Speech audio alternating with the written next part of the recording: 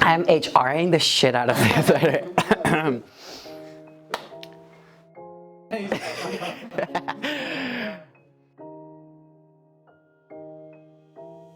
I grew up in a quite traditional family, and well, we were religious, and I think all of the symbolism and rituals that came with that were very normal to me.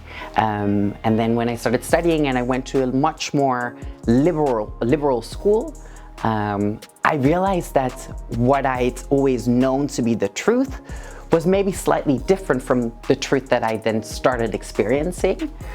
So that was a massive change, because all of a sudden, the way the world ticked was no longer the way the world actually ticked. Changes are sometimes gonna be painful and require you to change your mindset about your way of working. And then once you do that, you actually start enjoying it, and you start taking the best out of the opportunities that are given to you. And I think that's sort of where I come in, is to try to speed up that process to make sure that, I guess, legislation and labor laws followed, but also to still keep in that human essence of change and going through that. What is it exactly that I do? I work with people, and I think that that is quite an abstract and general way of describing my job, but that is kind of what it comes down to. So it's mainly change, people's behavior, and how to navigate through changes, and that could be changes at a very small level. For example, what career move should I make next? But it could also be bigger changes. For example, a really big reorganization of a large company.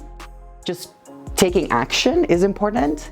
And I think it's also important to understand that even actions that some people would look down upon could be very important actions. And it's not always easy, but it is rewarding when you feel like you've actually, I guess, you've crossed the obstacle and you came out of it a stronger, better, or smarter person. And it doesn't always mean that you successfully defeat the obstacle. Sometimes it means that you fail, but you still come out of it with a new lesson learned. I think life is a collection of failing and successes, and together they make you. It's not just successes that describe or that define you, it's the combination of successes and failures. And I think that the part where most people would be like, what? Ronald, and that word would be the word introvert, because it's not the first word that you would think of.